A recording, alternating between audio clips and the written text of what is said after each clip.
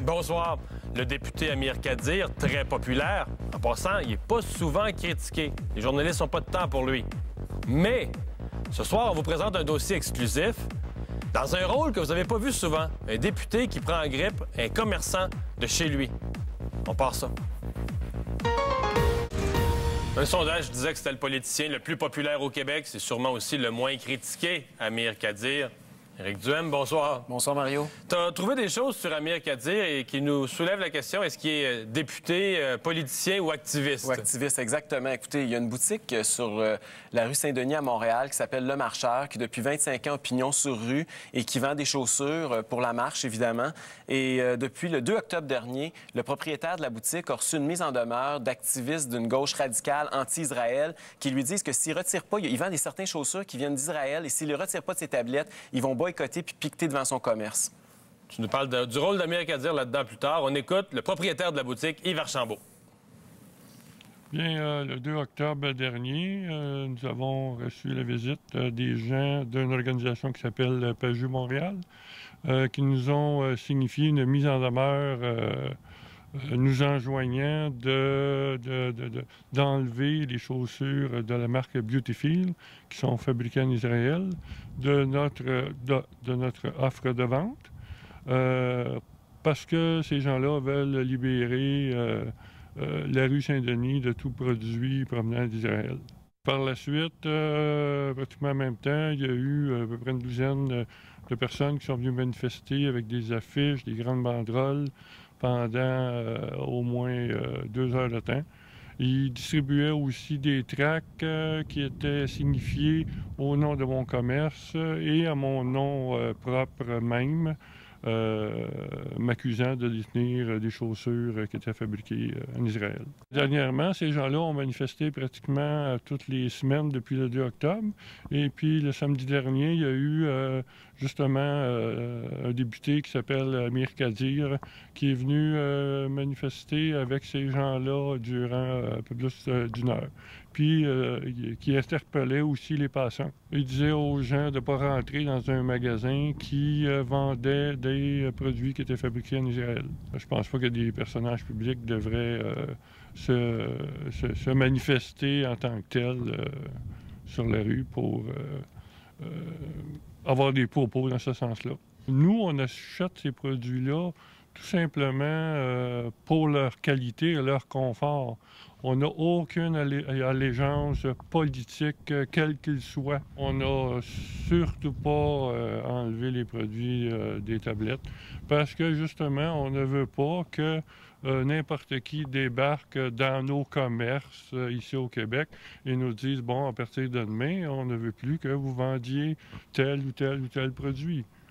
M. Archambault a réagi fortement, je pense, au fait qu'un député, dans son comté ou juste en dehors de son comté, vienne faire une intervention, finalement, contre son commerce. Mais oui, écoutez, un député qui est payé avec l'argent des contribuables s'en va manifester, piqueter pour empêcher des gens d'entrer dans un commerce, pour manifester, pour boycotter un commerce de son propre comté.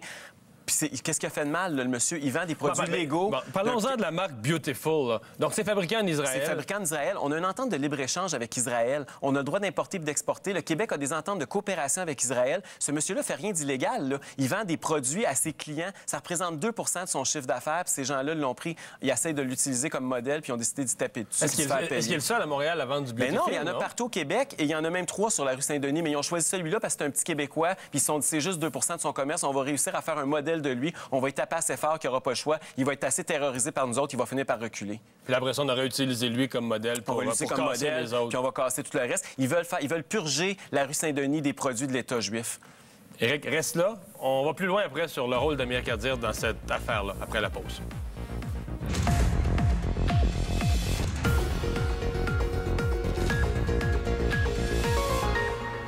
On revient sur ce dossier d'Amir Kadir qui prend en grippe un commerce de son comté dans un mouvement anti-Israël. Éric, Il se joint, dans le fond, à un mouvement qui s'appelle PAJU. Oui. En fait, c'est ça. Ils sont dans une campagne de boycott des produits qui viennent d'Israël. Et les tracts qu'ils distribuent, d'ailleurs, sur lesquels c'est écrit « Faire de la rue Saint-Denis une zone libre d'apartheid israélien ». Donc, ils veulent commencer par la rue Saint-Denis pour servir de modèle pour partir un gros mouvement de boycott de tous les produits qui viennent de l'État juif. Bon, on n'a pas pu avoir d'entrevue avec Amir Kadir, qui n'était pas disponible. Peut-être la semaine prochaine, mais on a parlé à quelqu'un du PAJU, le président Bruce Katz. On avait appris par pur hasard, parce qu'il y a un de nos membres qui est entré dans le magasin à la recherche des souliers là, pour femmes. Et elle a remarqué qu'il y avait la marque Beautyfield. Et Beautyfield est fabriqué en Israël. Suite à l'appel en 2005 de la société civile palestinienne, l'appel au boycott, le PAJU avec d'autres regroupements. Le PAJU est membre de la Coalition pour la justice et la paix en Palestine. On a entamé la campagne de boycott. Moi, j'avais demandé par lettre au propriétaire de la boutique Le Marcheur de remplacer cette marque de souliers par une autre marque comparable. Devant son refus, bien, on a décidé de prendre l'action de boycott par la suite. Évidemment, le boycott ne va pas plaire à tout le monde, mais on considère que c'est l'outil nécessaire maintenant et la seule mesure qui donnera la possibilité de forcer Israël à entamer des négociations sérieuses avec les Palestiniens. Bien, M. Kadir, samedi dernier, il est passé... On se connaît depuis une dizaine d'années, de toute façon. Et Québec, il faut dire que Québec solidaire fait partie de cette campagne de BDS, boycott, des investissements et sanctions, depuis 3 ans. Bien, M. Kadir, il vit dans le quartier, il passait, puis il est venu à nous dire bonjour et je prends cette opportunité pour exprimer mon profond respect pour Amir Kadir et pour son père aussi qui milite auprès de PAJU depuis 10 ans.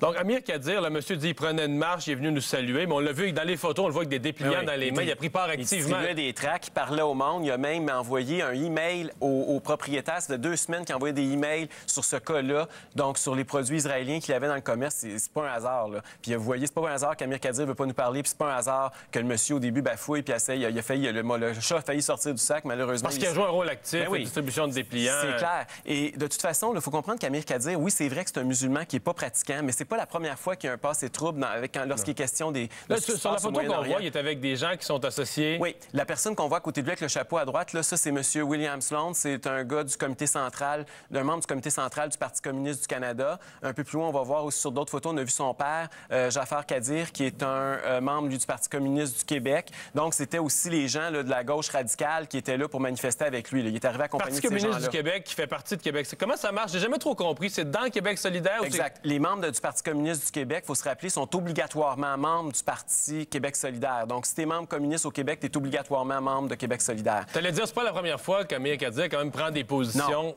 par rapport à Israël assez radicales. Très souvent, là. Et ce n'est pas parce que c'est un militant musulman pratiquant là, qui est islamiste. C'est pas ça du tout. C'est pas religieux. C'est à rien à voir. C'est par des convictions, une alliance, si je peux dire, avec ces gens-là, parce qu'ils sont anti-américains, anti-capitalisme. Donc, c'est comme ça qu'ils se rejoignent. Parce que pour lui, le 11 septembre, c'est un complot. C'est un complot de la CIA. Il a milité pour l'Organisation des Moudjahidines du peuple iranien, qui est une organisation classée terroriste au Canada et aux États-Unis. Il a récemment salué George Galloway, qui est un propagandiste de la télévision iranienne. Il a aussi, en septembre dernier, participé à la commémoration des martyrs de la résistance libanaise du Hezbollah. En mars, il a reçu Jamal Zaharta, qui est le leader politique israélien arabe qui prône la dissolution de l'État d'Israël. Et je pourrais continuer la liste encore très longtemps. Il y a un passé très trouble, M. Kadir, à ce niveau-là. C'est un volet qu'on connaît moins. C'est un volet dont personne parle et ça explique peut-être sa popularité.